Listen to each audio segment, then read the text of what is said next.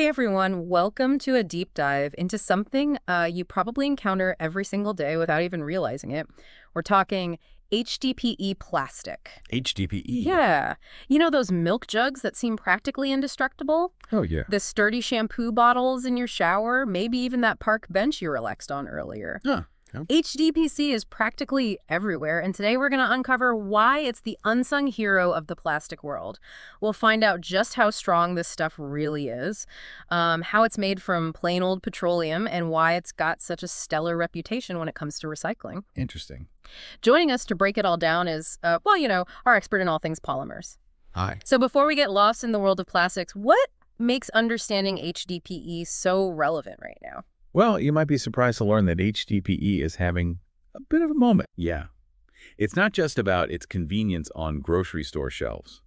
HDPE's incredible recyclability is pushing it into the spotlight as we become more environmentally conscious. This isn't your average single-use plastic. We're talking about a material designed for multiple lives. Okay, I'm intrigued, but let's start with the basics. What exactly is HDPE? HDPE stands for high-density polyethylene. Basically, it's all about how tightly those molecules are packed together, and that density is what gives HDPE its strength and versatility. Think of it as the difference between loosely stacked firewood and a solid brick wall. So it's not some obscure industrial material, right? It sounds like HDPE is woven into our daily lives in some pretty surprising ways. Absolutely, it's everywhere. Those milk jugs you mentioned, cutting boards, even those massive drainage pipes you see at construction sites, HDPE is practically holding our modern world together. Okay, so it's everywhere, but what makes it so special? Our sources mentioned some pretty impressive properties: density, tensile strength, melting point, the works. Let's start with density. Our sources cited 930 to 970 kilograms per cubic meter. How does that measure up to something we all know, like water? That's a great comparison. Water sits right at 1,000 kilograms per cubic meter, meaning HDPE is actually lighter than water. That's why your empty milk jug always seems determined to escape the recycling bin. That explains a lot, but I'm guessing that lightness doesn't mean it's weak. We're talking about milk jugs that survive all sorts of abuse. Yeah, What about its tensile strength? you're right. HDPE is surprisingly tough. With a tensile strength of 38 megapascals, it can withstand a lot of force before breaking. Imagine trying to rip apart a thick phone book. That's the kind of force HDPE can handle. Wow, that's a serious amount of force. And what about heat? Can I set a hot pan on an HDPE cutting board without any issues? While I wouldn't recommend using it as a hot pad, HDPE has a melting point of 130 degrees Celsius, so it can handle boiling water and most everyday temperatures without breaking a sweat. Okay, so it's tough, it can handle the heat, but what about chemicals? And what about this whole recycling superstar status I keep hearing about? Those are some of HDPE's biggest strengths. Its chemical resistance is why it's used for so many containers, especially for things like cleaning products. And when it comes to recycling, HDPE is the poster child for giving materials a second life. We'll dive into those details a bit later. Before we get to those details, I have to ask, how does HDPE stack up against other plastics out there? Is it always the best choice? That's an important point. There's no one-size-fits-all in the world of materials. Each plastic has its own set of strengths. While HDPE might be a superstar for milk jugs and pipes, you might choose LDPE for a squeeze bottle because of its flexibility, or polypropylene for a yogurt container since it's lightweight and microwave safe. So it's like choosing the right tool from a toolbox. Each plastic has its specific purpose. Exactly, and understanding their unique properties helps us make informed choices. Speaking of choices, how does HDPE even get made? We know it comes from petroleum, but what's the process like? It's actually quite fascinating, like a microscopic construction project. First, they break down the petroleum into smaller parts, then they extract a substance called ethylene, the building block of HDPE. So it's like extracting the key ingredient from a complex recipe. Exactly. Next, they link those ethylene molecules into long chains, kind of like a microscopic assembly line. And finally, those chains are molded into HDPE pellets or sheets, ready to be transformed into all sorts of everyday objects. So we have these tiny ethylene chains all linked together, and that's what gives HDPE its unique properties. Precisely. And what's even more fascinating is that manufacturers can fine-tune the manufacturing process to give HDPE specific properties for different applications. Need extra strength for a heavy-duty container? No problem, they adjust the recipe. It's like having a plastic custom-made for the job. So it's not just one size fits all HDPE, it's more like HDPE with customizable superpowers. Exactly, and that's just one of the reasons why it's such a versatile and widely used material. Speaking of versatility, our sources provided a pretty impressive list of everything HDPE is used for.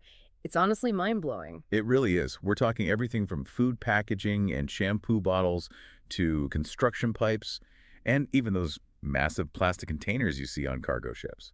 It seems like HDPE is keeping our modern world running smoothly in ways we don't even realize. Yeah. But to really understand its impact, let's zoom in on a few specific uses. Our sources highlighted some fascinating examples like how HDPE is used in fuel tanks. That's a great example. HDPE is a natural fit for fuel tanks because it's so durable and resistant to the chemicals in gasoline. You need something that can handle that constant sloshing and won't corrode over time. HDPE fits the bill perfectly. And what about agriculture? I never would have guessed HDPE plays a vital role in keeping our fields irrigated. It's true. HDPE pipes are essential in agricultural irrigation because they're weather resistant and can handle being buried underground. They're incredibly strong, so they can withstand the pressure of carrying water long distances. It just goes to show that HDPE is much more than meets the eye. It's essential to our modern way of life. It's amazing to think about HDPE working behind the scenes like that. Huh. Quietly ensuring we have fuel in our cars and food on our tables. It really is. But as with any material, there are always trade-offs. Right. We've talked about its strengths, but what about its limitations? That's a great point. It's easy to get caught up in the HDPE can do it all hype, but understanding its weaknesses is important too. Yeah. Our sources mention something called stress cracking. Yeah. What is that and why should we care? Stress cracking sounds alarming, Yeah. but it's a gradual process. Okay. While HDPE is incredibly strong, constant pressure or exposure to certain chemicals over a long period can cause microscopic cracks to form. Okay. Imagine a detergent bottle under your sink. Right. The weight of the detergent combined with the pressure from the bottle's shape can eventually create weak points, especially if exposed to certain cleaning chemicals. So it's like bending a paper clip back and forth until it breaks, only on a much smaller scale. Exactly. It's a good reminder that even the toughest materials have their limits. Makes you appreciate those little cracks a bit more. Are there any other limitations we should know about? One more to consider is HDPE's resistance to adhesive bonding. While not impossible, gluing or bonding HDPE to other materials requires specialized adhesives and surface treatments. Okay. It's definitely a factor to consider in certain applications, particularly when designing products with multiple materials. So it's a bit of a lone wolf in the material world. That makes me wonder, though, with all this talk about HDPE's durability, how does it break down at the end of its life? That's where HDPE truly shines. Remember the number 2 you often see inside that little triangle on plastic containers? You mean the recycling symbol? Exactly. That's HDPE's recycling code. And that little 2 carries a lot of weight in the recycling world, doesn't it? Absolutely. Unlike some recycling symbols that are more aspirational, a 2 means HDPE is genuinely designed for recycling. It can be melted down and remolded multiple times without losing its strength or integrity. It's like it has this incredible ability to bounce back good as new multiple times. Our sources mention some amazing statistics about HDPE's recyclability. Right. Something about milk jugs. It's pretty impressive. Okay. It takes just 810 recycled milk jugs to make a whole pound of usable HDPE. And we're not talking about a small-scale operation here. Wow. It's estimated that over 115 million milk jugs are recycled annually in the U.S. alone. And that's just one small part of the HDPE recycling picture. That's a lot of milk jugs being diverted from landfills and given a new purpose. What makes HDPE so good at being recycled compared to other plastics? It's all about its molecular structure. Okay. HDPE's stable chemistry allows it to be melted and remolded multiple times without degrading. Huh. Unlike some plastics that weaken each time they're recycled. Right. HDPE can go through the process again and again, making it a champion of the circular economy. It's like the gift that keeps on giving. So we've got this incredibly versatile and durable material that's also a recycling superstar. Yeah. What's not to love? But let's be honest, we're talking about plastic here. Right. What about biodegradability? That's the elephant in the room, isn't it?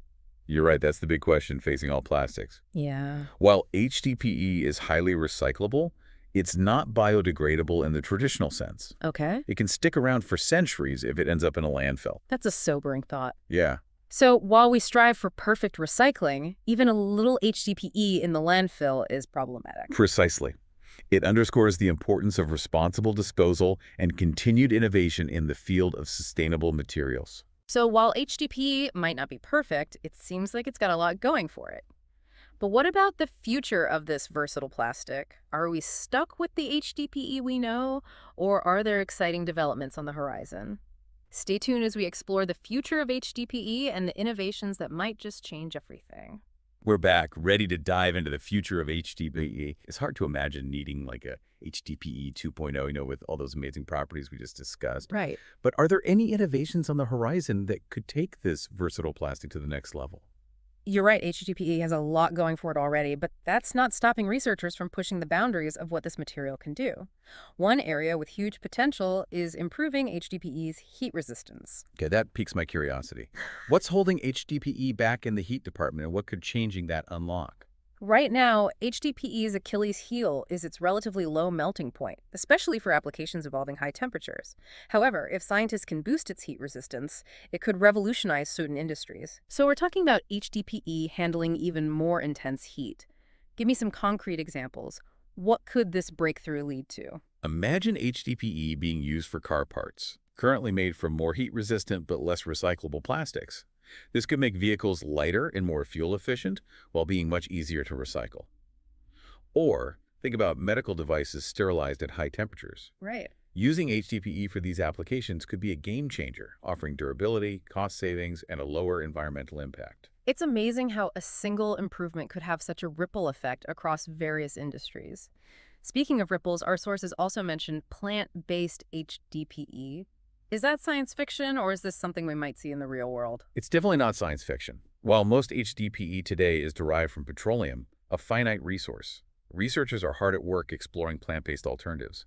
Imagine HDPE made from renewable sources like sugarcane or corn. Wow. This could dramatically reduce our reliance on fossil fuels and create a more sustainable plastic for the future. That sounds almost too good to be true. HDPE, the eco-warrior made from plants. What are the hurdles in turning this vision into a reality? Is this something we're likely to see anytime soon? It's still early days, but the research is incredibly promising. Okay. One of the main challenges lies in efficiently converting plant sugars into the building blocks of HDPE. Right. Scientists are exploring various methods, including using genetically engineered microbes to streamline this conversion process and make plant-based HDPE commercially viable. Hmm. It's a rapidly evolving field, and if successful, it has the potential to revolutionize the plastics industry as we know it. Wow, it's incredible to think about a future where something as commonplace as a milk jug could be made from renewable resources. It makes you look at everyday objects in a whole new light. Exactly. There's so much innovation happening in material science, and HDPE is at the forefront. As we become more aware of our environmental impact, these breakthroughs offer hope for a more sustainable future. Well, I have to say, I started this deep dive thinking, HDPE, it's just plastic, right? But I couldn't have been more wrong. It's amazing stuff. It's a material with a fascinating history, a hidden presence in almost every aspect of our lives, and a future bursting with potential. Thanks for joining me on this journey into the world of HDPE. Until next time, keep those milk jugs and shampoo bottles in perspective. You never know what amazing innovations might be just around the